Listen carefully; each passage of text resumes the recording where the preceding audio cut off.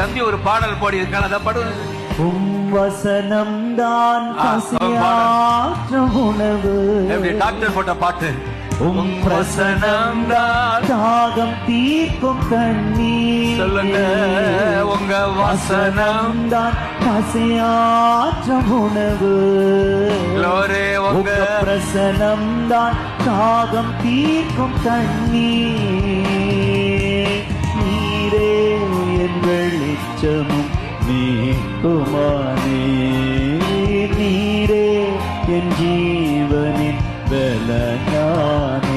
நானும் அபிஷேக ஒலிவ மரம், தேவாலயத்தில் நடப்பட்டவன். பாட்டு வந்திருக்கா? உங்க சமூகத்தில் வாழ்கின்றவன். ஆமென். உங்க அன்பையே நம்புபவன்.